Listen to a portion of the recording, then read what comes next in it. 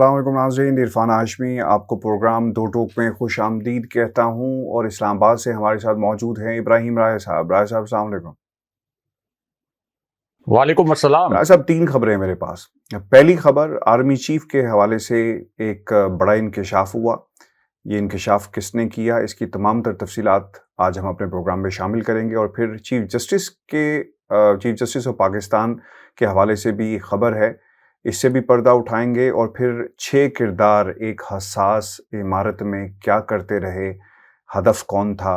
اور انہوں نے آئندہ کا لائحہ عمل کیا طے کیا ہے، اس کی حساسیت بھی اب پروگرام دو ٹوک میں ہم شامل کریں گے۔ لیکن رائے صاحب، سب سے پہلے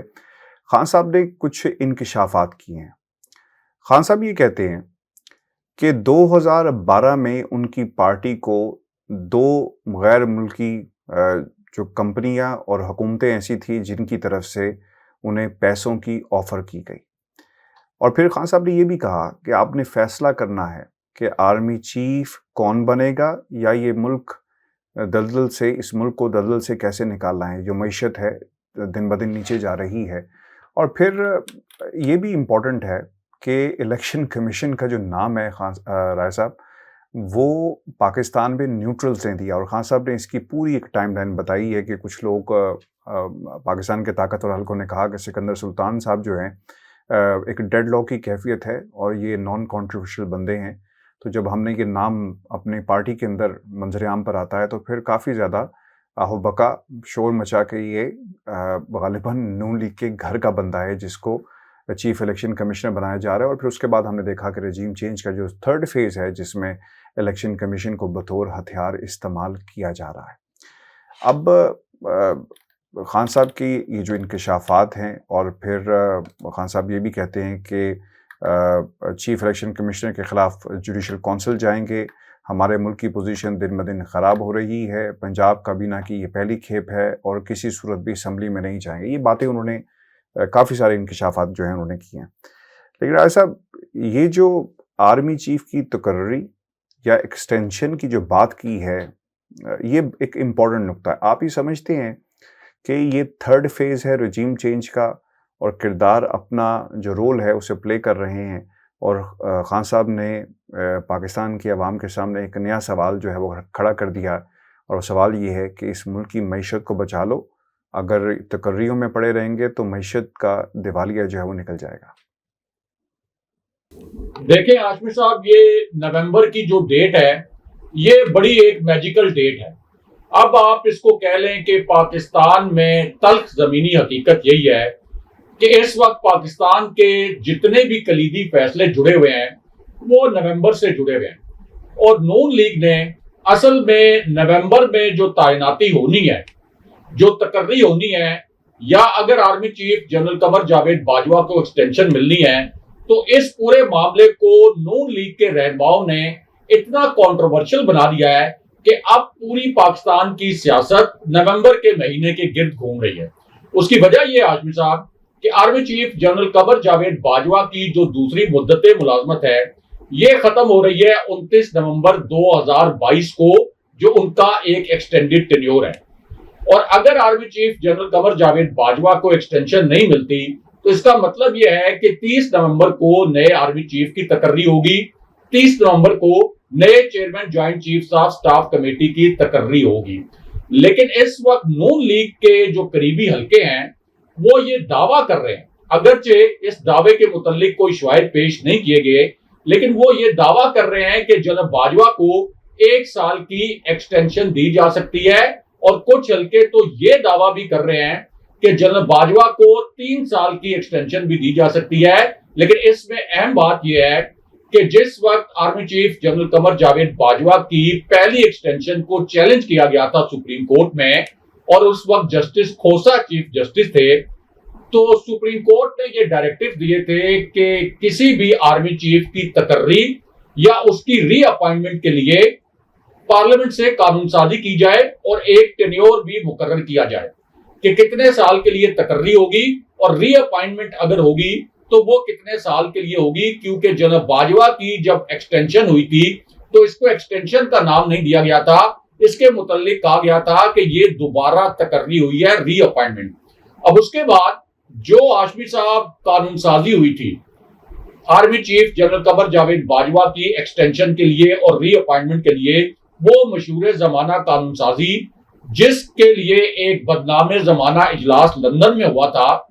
میاں نواز شریف کے حوالے سے اسے ایک بدنام زمانہ اجلاس کہا جاتا ہے، کیونکہ یہ وہی اجلاس تھا جس میں اسحاق ڈار قرآن پاک لے کر آئے تھے اور پھر حلف لیا گیا تھا کہ آج میاں نواز شریف اپنے پارٹی رہنماؤں کو جو ڈائریکٹیو دیں گے، یہ پورے ڈائریکٹیو کسی صورت باہر نہیں جانے چاہیے اور یہ نہیں پتا چلنا چاہیے کہ اصل میں میاں نواز شریف نے یہ فیصلہ کیا ہے۔ تو اس وقت میاں نواز شریف ایک طرف تو army chief general Qamar Javed Bajwa کے خلاف مہم چلا رہے تھے، لیکن دوسری جانب یہاں سے خواجہ آصف اور شہباز شریف، مریم نعیم دیب، خرم دستگیر جب یہ لندن پہنچے تو خواجہ آصف اور شہباز شریف کے ایک خاص پیغام پر اس وقت میاں نواز شریف نے یہ فیصلہ کیا کہ جنرل باجوہ کی ایکسٹینشن کی حمایت کرے گی نون لیگ پارلیمنٹ میں۔ یہ پہلا بہت بڑا یو ٹرن تھا، یعنی اس سے پہلے بھی بے شمار یو ٹرن تھے، لیکن یہ ووٹ کو عزت دو کا نام نہاد جو بیانیہ بنایا گیا تھا، اس کے بعد سب سے بڑا یہ یو ٹرن تھا۔ لیکن یہ جو ہاشمی صاحب قانون سازی ہوئی تھی، اس کے بعد یہ طے ہو گیا تھا کہ کسی بھی آرمی چیف کی عمر کی زیادہ سے زیادہ حد 64 سال ہوگی۔ تو اب کچھ حلقے جو یہ کہہ رہے ہیں کہ جناب باجوہ کو 3 سال کی ایکسٹینشن بھی مل سکتی ہے، تو اس کا مطلب یہ ہے کہ پھر تو ان قوانین میں ترامیم کرنی پڑیں گی، پارلیمنٹ سے ایک نئی قانون سازی ہوگی۔ اگرچہ D G I S P R یہ وضاحت کر چکے ہیں کہ جنرل باجوہ دوبارہ سے ایکسٹینشن نہیں لیں گے۔ اب ہاشمی صاحب یہ جو پورا کنٹروورشل کیا ہے معاملہ نومبر کی تعیناتی کا، یہ اصل میں نون لیگ نے اس وقت کیا جب خرم دستگیر نے یہ سٹیٹمنٹ دے دیا آج سے چند ہفتے پہلے کہ ہم حکومت میں نہیں آنا چاہتے تھے، ہم تحریک عدم اعتماد نہیں لانا چاہتے تھے، ہمیں ڈرایا گیا، ہمیں بتایا گیا کہ فلاں جنرل سیٹ پر بیٹھ جائے گا اگر آپ نے تحریک عدم اعتماد میں ہمارے ساتھ تعاون نہ کیا اور اگر عمران خان کو نہ ہٹایا گیا ان کی کرسی سے۔ یعنی تاثر یہ تھا کہ ہمیں خاص حلقوں نے یہ پیغام بھجوایا تھا۔ اس کے بعد رانا ثناء اللہ نے، جاوید لطیف نے یہی باتیں کیمروں کے سامنے بھی دہرا دی کہ ہمیں مخصوص حلقوں کی جانب سے، مقتدر حلقوں کی جانب سے یہ میسج ملا تھا۔ تو اس پوری صورتحال میں نومبر کی بار بار ڈیٹ کا اس لیے ذکر کیا جا رہا ہے کہ ایک تو کنٹروورشل کر دیا اس کو نون لیگ نے، دوسرا ہاشمی صاحب خان صاحب جو کہتے ہیں کہ نومبر میں یہ تقرری ہونی ہے، لیکن اس کا مطلب یہ نہیں ہے کہ جب تک یہ تقرری نہیں ہوتی اس وقت تک پاکستان کے تمام فیصلے جمود کا شکار ہو جائیں، آپ کی معیشت اسی طرح تباہ ہوتی رہے، آپ کا ملک اسی طرح دیوالیہ ہونے کے قریب تر جاتا رہے اور ہم یہ انتظار کرتے رہیں کہ 3 مہینے گزریں گے، اس کے بعد نئے آرمی چیف کی تقرری ہوگی، پھر نئے آرمی چیف کی کوئی پالیسی سامنے آئے گی، پھر دیکھا جائے گا کہ معیشت کے حوالے سے کیا فیصلے ہوں گے، پھر دیکھا جائے گا کہ اگلے الیکشن کے حوالے سے کیا فیصلے ہوں گے۔ اور اگر یہ تقرری اتنی زیادہ اہم ہے اور اس وقت اگر پاکستان میں پاکستانی سیاست سے، پاکستانی معیشت سے، اس سے بھی زیادہ یہ تقرری اہمیت رکھتی ہے، تو پھر یہ تقرری اور اس کا فیصلہ جلدی بھی کیا جا سکتا ہے۔ جیسے عمران خان صاحب نے کہا کہ نیا آرمی چیف کون ہوگا، جنرل باجوہ کو ایکسٹینشن ملتی ہے نہیں ملتی، میری اس میں کوئی دلچسپی نہیں ہے، اور یہ جو سینئر لاٹ ہے اس وقت جو آپ کی ایک سینیورٹی لسٹ موجود ہے، میں ان کو زیادہ جانتا بھی نہیں، یعنی جو طاقتور جنرل اس وقت پہلے 7 نمبرز پر سینیورٹی لسٹ میں موجود ہے۔ تو خان صاحب کہتے ہیں کہ میرا تو کوئی انٹرسٹ نہیں ہے کہ کون آرمی چیف آئے گا، یہ فیصلہ تو ظاہر ہے کہ وقت پر ہوگا، اور اپنی مرضی کا آرمی چیف لانے کی مجبوری جو ہے وہ شریف فیملی کو ہوتی ہے، زرداری فیملی کو ہوتی ہے، کیونکہ یہ جو شریف فیملی ہاشمی صاحب، انہوں نے ایک سابق آرمی چیف کو، ان کے بھائی نے یہ کتاب بھی لکھی کہ ان کو BMW کار دینے کی آفر کی تھی، رشوت دینے کی کوشش کی تھی، ایک مرتبہ لاہور میں، ایک مرتبہ شہباز شریف نے مری میں جا کر ان سے ملاقات کی اور یہ کہا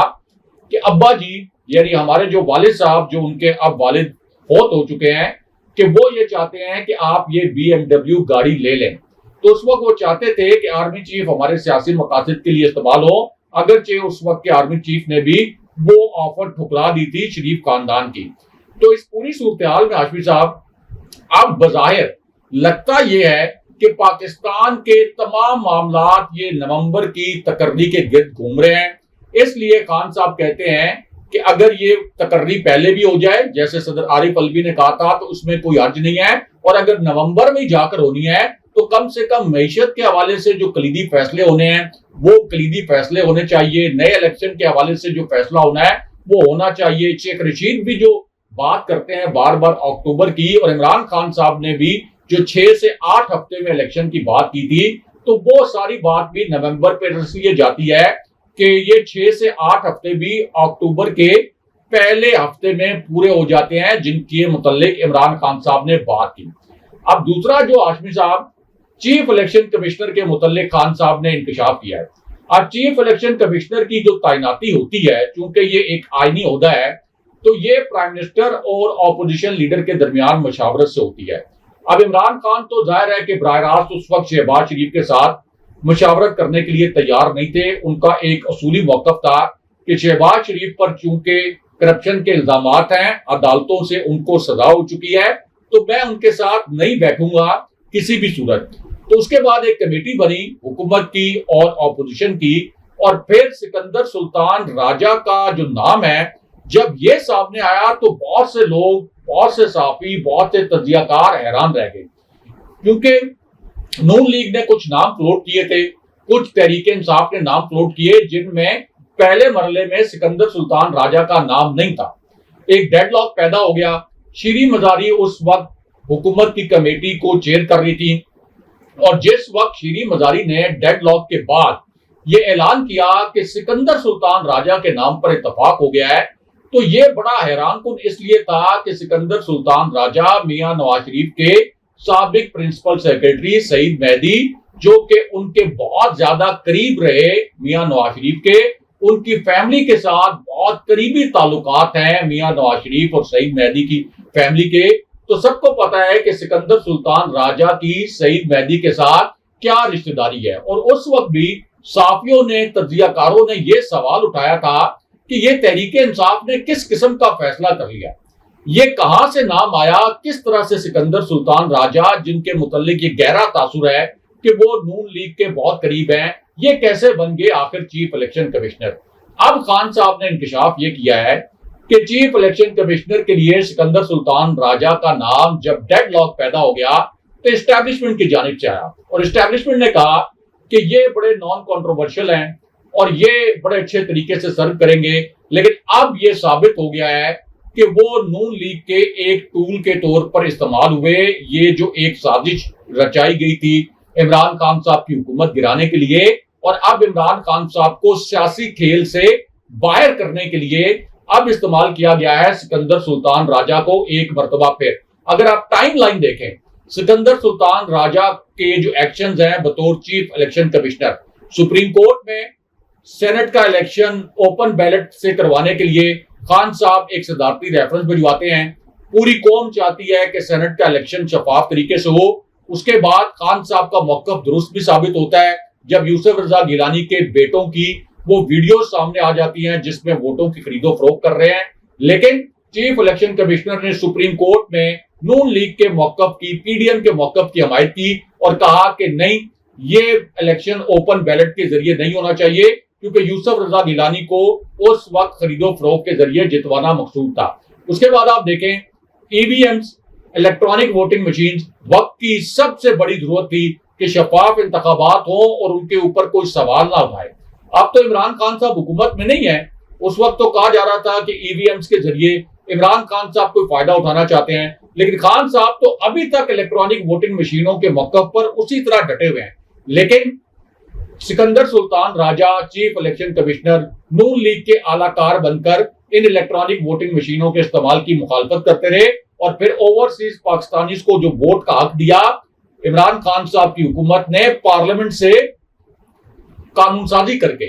یعنی کسی ایگزیکٹو آرڈر کے ذریعے نہیں. اور یہ اوورسیز پاکستانی ایسے ہیں جن کے جو درہم آتے ہیں, پاؤنڈز آتے ہیں, جن کے ڈالرز آتے ہیں, جو یہ رقوم بھیجتے ہیں, ان کی وجہ سے پاکستانی معیشت چل رہی ہے. لیکن سکندر سلطان راجہ ان کے خلاف بھی کھڑے ہو گئے اور انہوں نے اوورسیز پاکستانیز کا ووٹ کا حق ختم کر دیا. تمام انتخابی اصلاحات ختم کروانے میں اس وقت وہ پی ڈی ایم کے